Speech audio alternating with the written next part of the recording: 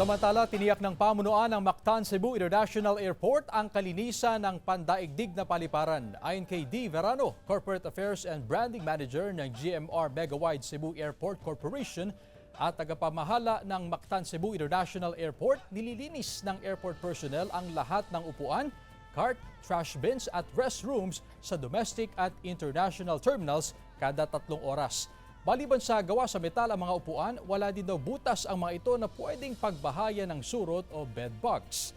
Dagdag ng opisyal na araw-araw din ang ginagawang fumigation ng kanilang pest control provider. Mahigpit namang ipinagbabawal ang pagdadala at pagpasok ng anumang klase ng halaman at hayop sa paliparan.